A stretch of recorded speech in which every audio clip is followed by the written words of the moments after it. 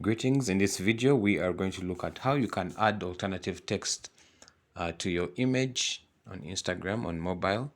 I'll come and click here at the bottom where this plus is.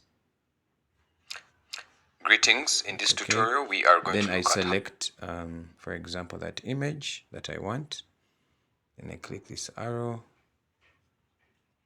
So here are the different filters. If you want to add brightness, then we also have edit here, brightness, contrast, so you can make changes accordingly.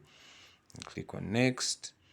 So you ensure that you write a very good caption for your image here at the top where there's write a caption that is really descriptive and fulfilling of what that image is about. Then we have audience settings, which are below here. Sorry, advanced settings. And then we have accessibility. Then we have here write alternative text.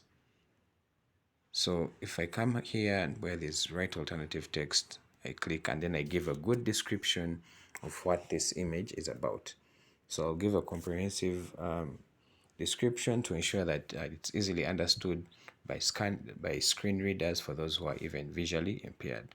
So that is how you add your alternative text to your image on Instagram. Thank you.